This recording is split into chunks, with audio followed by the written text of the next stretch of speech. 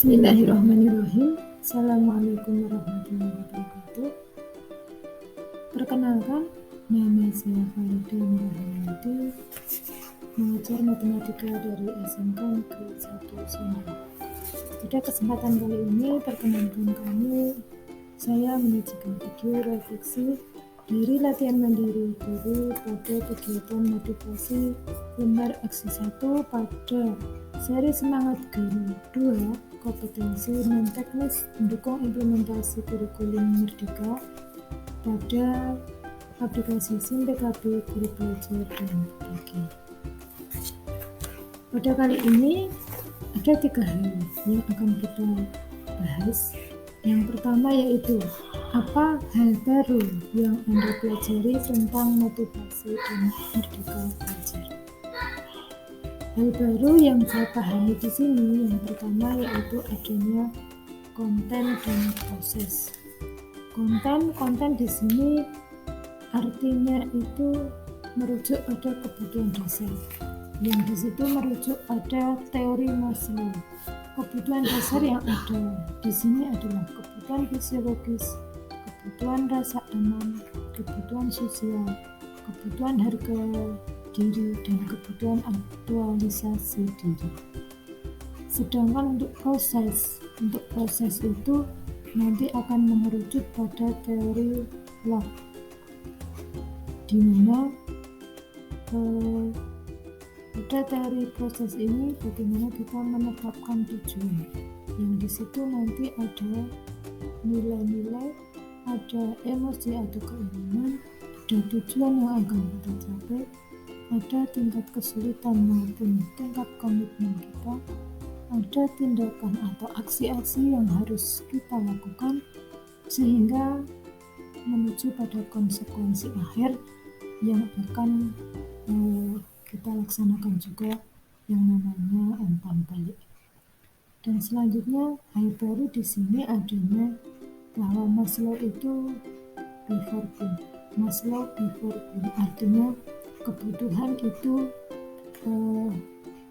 mendahului nilai-nilai pengetahuan karena belum merujuk pada nilai pengetahuan, sedangkan Maslow pada kebutuhan dasar. Kemudian yang kedua yaitu bagaimana lembar aksi 1 membantu Anda untuk melatih motivasi. Pada lembar aksi 1 yaitu melakukan refleksi mengajar. Dengan adanya refleksi mengajar, maka di sini saya juga belajar. Saya juga tahu, saya menjadi tahu seperti apa tipe saya, seperti apa tantangan yang harus saya hadapi, apa harapan yang akan saya tuju. Kemudian dari refleksi itu pun saya bisa berusaha untuk memetakan kebutuhan anak, bahwa kita dalam mengajar harus mendahulukan kebutuhan anak. Kemudian di situ juga berlatih untuk menyusun tujuan dalam pembelajaran itu seperti apa.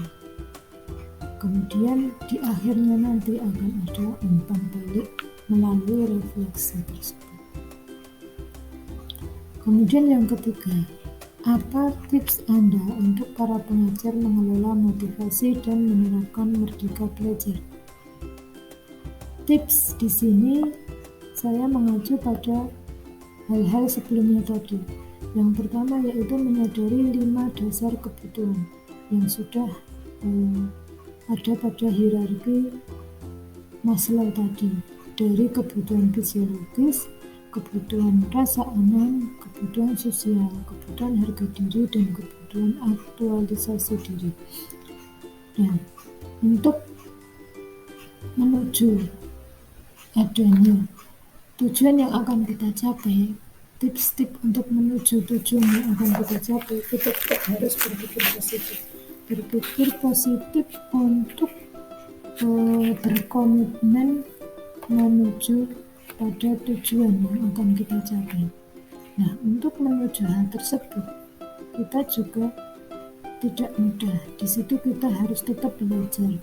Seorang guru tetap harus bisa update ilmu, harus bisa sharing dengan temannya, dengan diskusi dengan teman sejawat. Dan untuk hal tersebut pun kita juga harus adaptif dengan cara-cara adaptif dengan hal-hal yang harus kita laksanakan, dan juga reflektif, karena reflektif itu nanti akan membawa kita menuju ke arah perbaikan. Dan yang paling utama dalam melakukan itu semua, kita harus tetap semangat dan selalu berdoa, karena dalam Merdeka Belajar ini itu bukan berarti bahwa kita itu bebas belajar dan bebas mengajar, tapi di situ bagaimana komitmen kita. Di situ ada komitmen dan juga kontrol untuk mengatur kebutuhan, tujuan, cara-cara yang kita gunakan dalam belajar dengan penuh tanggung jawab, sehingga nanti akan tercipta suatu kondisi atau ekosistem pendidikan yang bermakna. Nah, Bapak Ibu semua, teman-teman semua, marilah untuk lebih memperdalam motivasi dan Merdeka Belajar, marilah kita belajar melalui SIMPKB Bapak Ibu pada portal Guru Belajar, atau langsung ke alamat https ayogurubelajar.kemdikbud.go.id. Terima kasih, semoga bermanfaat. Mohon maaf bila ada yang salah. Assalamualaikum warahmatullahi wabarakatuh.